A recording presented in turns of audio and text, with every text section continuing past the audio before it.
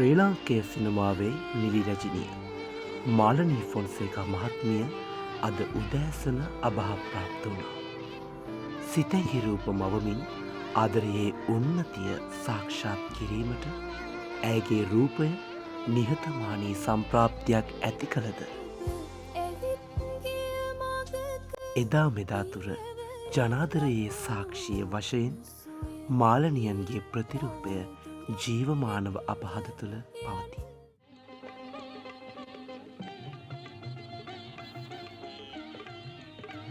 සිංහල චිත්‍රපට ගණනාවකින් අපහිත් පිද්දිනාගත් ඇය ශ්‍රී ලාංකේය නිරිරජනය වීමත් අරුමයක් නොවේ.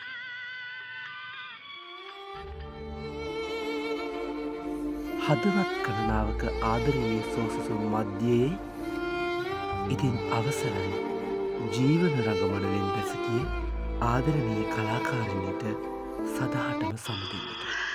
තිඹිරි ගෙදර පුත්‍රෝණක් නැහැ. චිත්‍රායෝ පම්පිලින්දියට කිරිපෝනවා. මේකට බයිද චිත්‍ර දරුව මේකලේ. ඒ තාමත් පැදෑමහේ ඕජස්.